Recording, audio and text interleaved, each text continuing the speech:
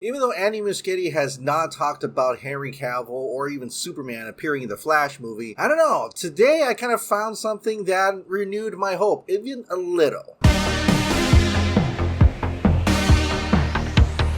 Hey, welcome back to the Ping Pong Flix. My name is Chris Wong. First, let's talk about Zack Snyder's Rebel Moon. Then David Ayer has a new update for the Ayer cut. And since we're going to be talking about Suicide Squad, we might as well talk about James Gunn's The Suicide Squad and his original villain to be Superman. Then it looks like Amber Heard is showing us some moves for Aquaman 2. Then finally, let's talk about the Flash movie. There's new stuff about Flash, Batman, and maybe even a little Superman. Alright, let's talk about Rebel Moon. Zack Snyder answered a bunch of questions today on Vero, and apparently it's an update to Rebel Moon. When Naveen Shankar says, "Need more Zacktivation, boss," Zack Snyder says, "Been working on Rebel Moon." Damian Duran says, "Any chances to see something soon about Rebel Moon?" Working on it, I believe. So I think we're going to get to see a little bit more about Rebel Moon. He's probably going to tease more about Rebel Moon because, it's still pandemic, the Delta surge. Maybe he didn't feel safe to go and shoot horse latitudes. And so he's working in-house on something that he can do, and that is Rebel Moon. Netflix project. Because Rebel Moon is Zack Snyder's original sci-fi feature. 7 samurai with Star Wars. A lead female warrior going against an empire. Wow.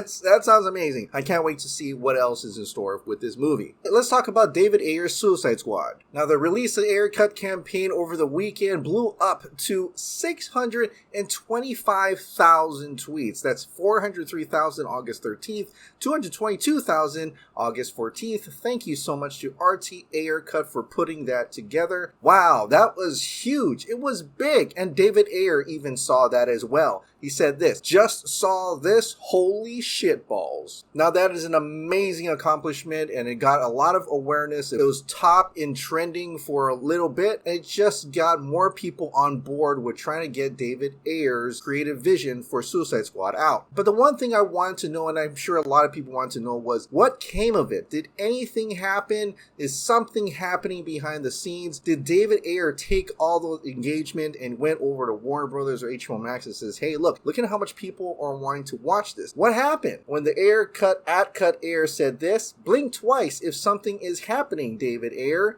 Release the Ayer Cut." And unfortunately, David Ayer said this, "Nothing happening, just nostalgic." So I guess at this time, there's nothing going on with David Ayer's Suicide Squad, and I guess I didn't really expect it to, though I hoped it did, but maybe after Ann Sarnoff leaves, Discovery comes in, then there could be some kind of bargaining thing that David Ayer could go to and try to get this released. But until then, I guess we're going to have to wait and see. Speaking of Suicide Squad, let's talk about James Gunn's The Suicide Squad. Now, James Gunn already said that he originally wanted the main villain for the Suicide Squad to actually be Superman. Yeah, Superman. But then because of the complications of not knowing if Henry Cavill was still going to be Superman, and he didn't know if this was going to be in the DCEU or its own thing, that just kind of fell through. So he felt it was easier to just do Starro. But James Gunn actually added why he actually used Starro instead of Superman. "He's a character I love from the comics. I think he's a perfect comic book character because he's absolutely ludicrous,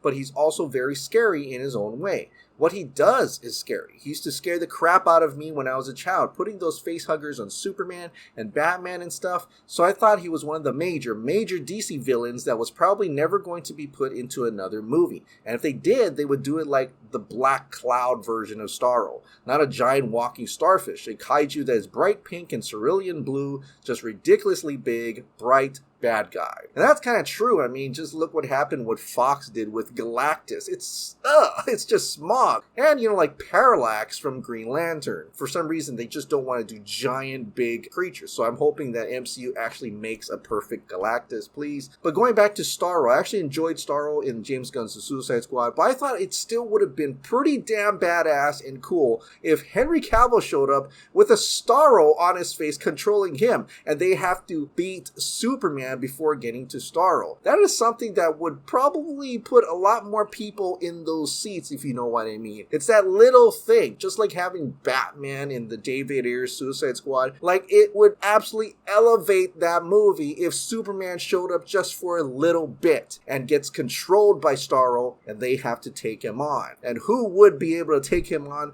Well, the person who put him in the ICU, Bloodsport. Maybe he still has a kryptonite bullet in his sash. You know, I think that would have been kind of cool. It would have been kind of intriguing. And could have put a full circle with his experience and expertise in actually taking down Superman at one point. But obviously they didn't do that. Kind of bummed out by that. But hopefully we'll get to see Superman in, future movies. Let's talk about Aquaman and the Lost Kingdom. So Aquaman 2 is shooting right now, and, Amber Heard decided to put out this little clip of her training with weapons.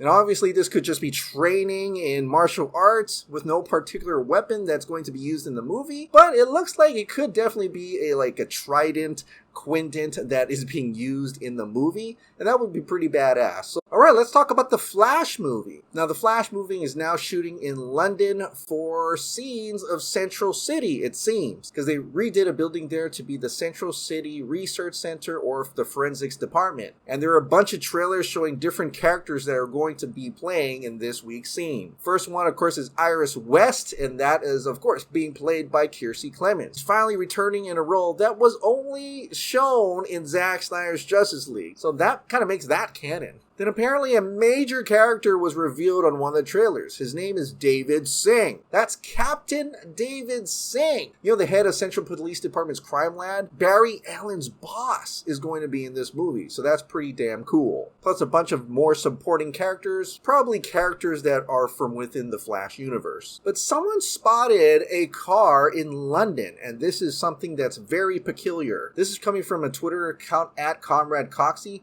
Are they still filming Batman, or I don't really know what STN is. But that is a GCPD vehicle. And you're like, so what, Chris? Well, this is the interesting thing. Because the chase scenes with Ben Affleck's Batman on the Bat Bike had a different looking GCPD vehicles. Those were blue. But get this. You look at this vehicle that was spotted just the other day in London. Black and white. And it looks exactly like Batman vs. Superman GCPD vehicle. This is the one where Zack Snyder shot a stormtrooper getting arrested on the set of Batman vs. Superman, and other scenes here on the set of Batman v Superman GCPD vehicles in Detroit. So that gets me thinking they're going to shoot the DCEU, current DCEU timeline with The Flash, Iris West, David Singh, and of course Ben Affleck as Batman. Because Humberto Gonzalez said that Ben Affleck is going to be on set next month. So that's where all the attention is going to be in London. But I like that. I think that's kind of a cool continuity to show that, you know what? This was Zack Snyder's Batman v Superman. That's where we got to meet Ben Affleck as Batman. We're going to need to capture